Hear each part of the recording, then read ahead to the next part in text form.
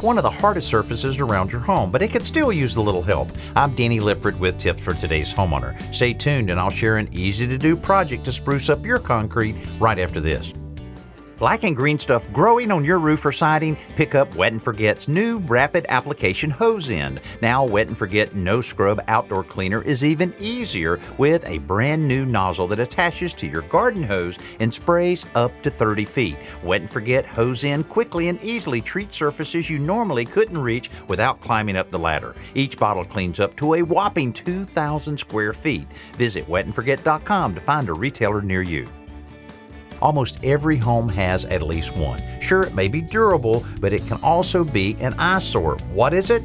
Those dull, boring concrete slabs. Perhaps for you it's the front porch or maybe a backyard patio.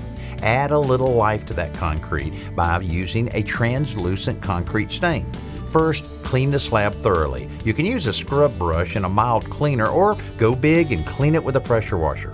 Once the slab is clean, choose the color you like and apply the translucent stain with either a roller or you can even use a pump-up garden sprayer.